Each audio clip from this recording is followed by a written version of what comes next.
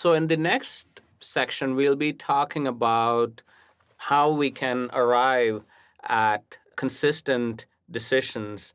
And for that, we'll get into a discussion about exposure distributions. There are three types of variability in exposures that we can think of.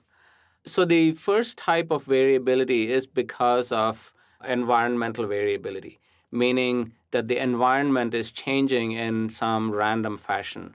For example, there are random movements of air in the workplace that can cause variations in exposure. Doors and windows could be shut or open in a random fashion from one day to another. There could be variations between workers because two workers doing the same job might be doing it in slightly different ways, which might lead to difference in exposures. So this is environmental variability. The second type of variability is sampling and analytical variability, and this refers to the instrument or the technology by which we are measuring the exposure. And all of you probably have taken some statistics course where you have considered this type of sampling and analytical variability and normal distributions and so on. But even if you have not, we are going to talk about that later on in this course. So type 1 and type 2 variability are things that are covered in most statistics courses, the environmental variability and sampling and analytical variability. The third type of variability is a little bit different than 1 and 2 in that it is not something we can determine by just sampling alone. And by that I mean if we wanted to know the sampling and analytical variability, what we would do is we would make repeated measurements of something and we can find or calculate the mean and standard deviation. But if there is a systematic bias, no amount of repeated measurements will be able to tell us that there is in fact a bias. The only way you would determine that there is a bias is if we go out of our measurement system and bring in some other piece of knowledge that will tell us, oh, there is something that happened that we haven't accounted for. So, for example, if there is a big change in the process itself, that instead of mixing chemicals on a table, the workers are now mixing chemicals in a hood, that is a very systematic change in the exposures that repeated sampling would not capture. The same thing is true for if the ventilation was suddenly switched off permanently. That would again make a significant change in the exposures. And once it's been switched off, no amount of repeated measurements can tell you that this is a biased sample and the exposure levels are high because the ventilation system has been switched off. Such systematic biases can affect the average exposures, as you can imagine. So if the ventilation system is switched off, the exposure levels are much higher, so the average of the exposures has gone up. And secondly, it is going to underestimate the variability in exposures. So for example, if we only measured workers' exposures in the summer when the doors and windows were open and there was good air circulation through the workplace, then the exposures are going to be low. But we have not accounted for the higher exposures that occur during winter time when the doors and windows are locked. And so we are underestimating the overall variation in the exposure. Here we're trying to look at the various processes that are going on in a workplace. So as I showed you in the first diagram of the framework for occupational health, there is an environment in which various industrial processes are occurring and contaminant is being generated at a certain rate per unit time. There are also processes by which the contaminant in the air is being diluted, for example, airflow through the workplace. So both of these rates, the rate at which the contaminant is being generated and the rate at which the contaminant is being removed, affect the exposure levels in the workplace. At the same time, other things are changing in the work. Production rates change with time. The airflow patterns are changing. So all of these cause the work environment to have spatially and temporally non-homogeneous distribution of air concentrations. And the workers are also moving around in this very non-homogeneous, non-uniform environment, and their activity patterns also will change slightly from day to day. The workers' exposures are related to these factors, the contaminant generation rate, the ventilation rate, and their own activity patterns in a multiplicative manner.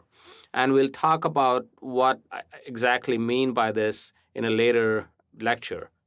But for now, it is sufficient to just say, without any proof, that when you have these multiplicative interactions, they are going to lead to exposure distributions that are right skewed and are described well by the log normal probability distribution. So in this slide, I'm showing a scatter plot of air exposure measurements to inorganic lead made for one similarly exposed group of workers. And this scatter plot is from a journal article that was published a long time ago, 1979, in the AIHA journal. It is somewhat unusual in the sense that such a large number of measurements are never made ever in routine day-to-day operations. As I mentioned before, the most common number of measurements is 0 and then 1 and so on.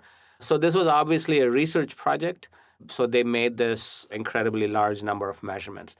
But it is very useful for one reason. So if you look at the scatter plot, you see that most of the exposures are bunched around 10 to 20 micrograms per cubic meter level. But there are fewer of these dots as you go higher and higher. And there are very few exposure measurements exceeding the PEL, or the permissible exposure level. Of course, this is hard to see in a scatter plot, but if you now move on to the next slide, where the same data is plotted as a histogram, you can see the variability more clearly. So you can see that most of the measurements are, in the big hump of the histogram, somewhere in the 10 to 20 micrograms per cubic meter range. But there are a few measurements that go into the 50s and 60s. And we can fit a smooth curve through the histogram. And you can see that this is a skewed distribution, which is right skewed, meaning that there is a long tail extending to the right side of the graph. And there are some summary statistics here, which we'll get to later on. So there is the X bar, that's the arithmetic mean. The S is the standard deviation. The GM is the geometric mean, and GSD is the geometric standard deviation.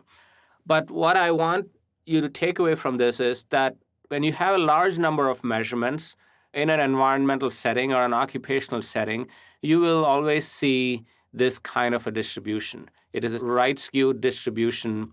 And what I want you to take away from this is that when you have a large number of measurements, they typically fall in this right skewed distribution. And a log normal curve, which we'll discuss in greater detail shortly, fits such data really well.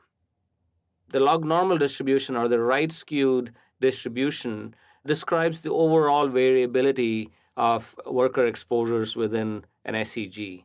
But what are the primary components of this overall variability? There are two main components. The first one is the within worker variability. And this refers to the variability of the exposure of an individual worker if you were to measure him or her repeatedly over time, assuming that there have been no systematic changes in the workplace. So there are no systematic biases. And as you can imagine, if you're measuring the same worker again and again over time, and the worker's variability is changing, then it is due to the variability in the workplace environment. It's because the environment is changing. The second component of variability is between worker variability, and these are the variations in the mean exposures between individual workers that arise because of differences in the way they do their tasks and their work activity patterns. And there are probably different ways in which you can divide up the overall variability. But we have chosen to divvy up the variability as within worker and between worker variability because it is very useful to us from a risk managing perspective.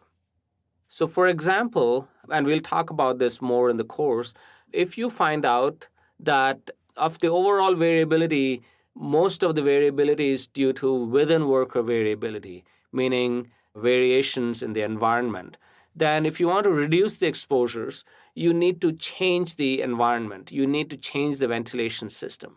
That is your risk managing step. But if you find out that most of the variability comes due to between worker variability, then it might be that the environment is just fine, the ventilation system and other things are just fine, but it's the workers who need more training in the way they do their job.